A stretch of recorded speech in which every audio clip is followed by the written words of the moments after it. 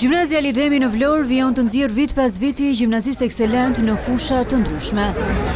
Shkencat eksakte dhe teknologjia e informacionit kanë triumfuar edhe këtë herë në Olimpiadën kombëtare. Jamar Berushitaj, nxënësi që triumfon për të 5 vit radhazi në matematik, Emilio Pulaj në informatik dhe Sara Brakaj në fizik, janë vetëm 3 nga 7 më të mirë të qytetit të Vlorës në rang kombëtar. Për ta s'ka asgjë të veçantë të vështirë, ata thjesht studiojnë, ndërsa duket se garën e kanë me veten. Hera e tre që marr pjesë, kam kandiduar edhe vitin e parë e vitin e dytë, por këtë herë arrita të kaloj edhe në fazën e tretë. Nëse je përkushtuar, nëse je dedikuar dhe ke vënë si qëllimet e sënde, mund të arrish patjetër. Mendoj që duhet të ketë një balans dhe të jetës sociale dhe të studimeve, por në moshën tonë është shumë e rëndësishme që të fokusohemi te studimet dhe të zbulojmë më shumë për veten se sa të fokusohemi te pjesa e shoqërisë të dalat e panevojshme. Por gjithsesi duhet të arrijë një balans.